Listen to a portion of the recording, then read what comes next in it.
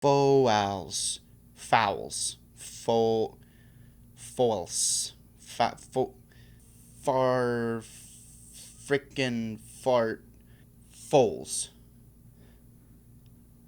Place it, place it, place it, place it, place it, place it.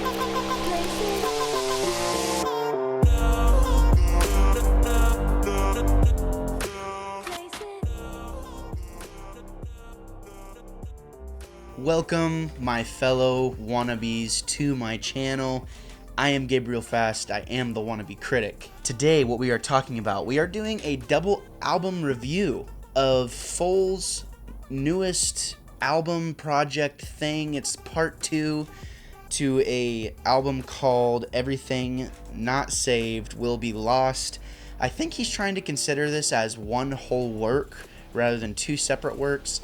I mean, in the interview that I have read, it says that he thinks people are going to keep it as one work. I mean, it's a part 1 and part 2, so I'm assuming it's supposed to kind of be along the same lines. Either way, I'm down with it. So I'm just going to start the interview by saying that I really liked this album as a whole.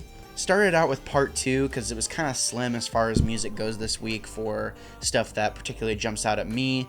I'd heard about Foals in the past, so I decided to take a chance, and boy am I glad I did. So I started with part 2, but I think it's only right to start reviewing part 1 first and really kind of get the flavor for that and kind of talk about why this album is so good in my opinion. So part 1 feels like what you might get if Arcade Fire and like Radiohead or something decided to do a collaboration. You have these deep, like, rustic vocals and just kind of overall melodies backed by some kind of experimental, like, electronic and ambient sounding music. It fits together really good. I don't know a lot about this band, and I haven't listened to any other stuff otherwise. This is literally my first time listening to Foals, but if they have more stuff like this, I would love to listen to it.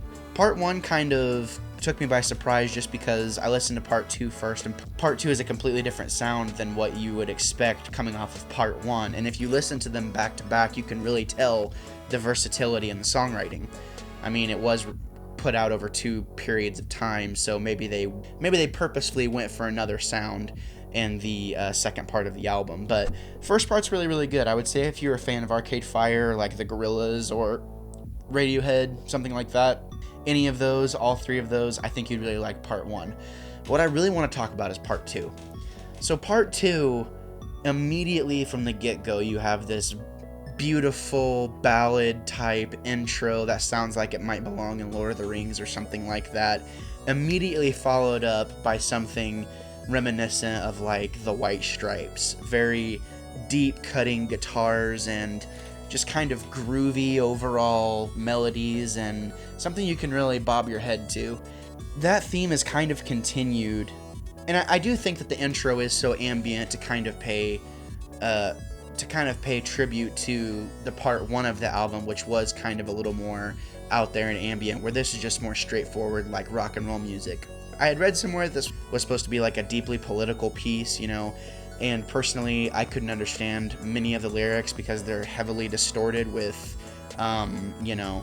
distortion and it's just mixed in such a way where I don't think they're really trying to put a ton of focus on the vocals, but the overall feeling that the music does give you.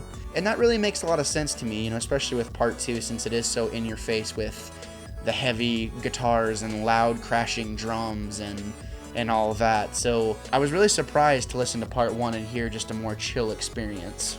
Part 2 kind of reminded me of something that you might hear off of like a Black Keys album or it was really weird actually, because at first I immediately went to Black Keys, thought of what Black Keys, but then there was hooks in the choruses and things like that with the lead vocalist, and just the way that he kind of puts himself out there and kind of puts him in a vulnerable state. You can almost get like this croonish sound and kind of almost whiny sound in some of the bigger choruses, and at first I didn't know how to feel about it, but the second time I listened to it, I really came around to the idea and I liked it a little bit more. That's why you should always listen to an album more than once before you judge it.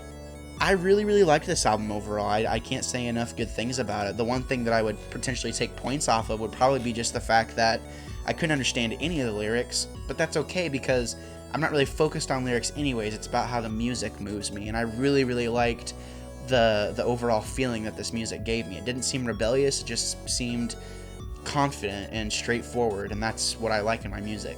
Key tracks for me, I never really pay attention to song names. I always have to go back, but I'm only going to go off of part 2. Red Desert leading into The Runner, as well as Black Bull and Like Lightning are my favorite tracks of the whole album. And even if you don't listen to the entire album, those songs are really good standalone. And as far as the score goes, you know, it's a double album, so it's kind of hard to treat it. It's a double album that was released so far apart, so it's kind of hard to treat that fairly as one work.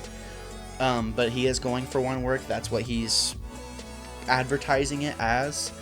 One album you have this super experimental ambient sound, and then the next you have this like really crashing rock album. So you kind of get the best of both worlds for everybody. It's really hard for me to score this album, but I think I'm gonna have to give this a 9 out of 10. It's really straightforward and really, really good. I can't say enough good things about it. So, did you listen to it though? What did you think of it? Let me know. Comment on this video, slap like. If this is your first time here, thank you so much for joining us. Please subscribe to the channel and let me know something you would like to talk about. I have gotten some requests to do things, and I am excited to listen to those things and review them in the future. But for now, this is what I got. So thank you for preparing yourself for a plethora of hot takes and potentially unpopular opinions. I am Gabriel Fast. I am and will always be the wannabe critic.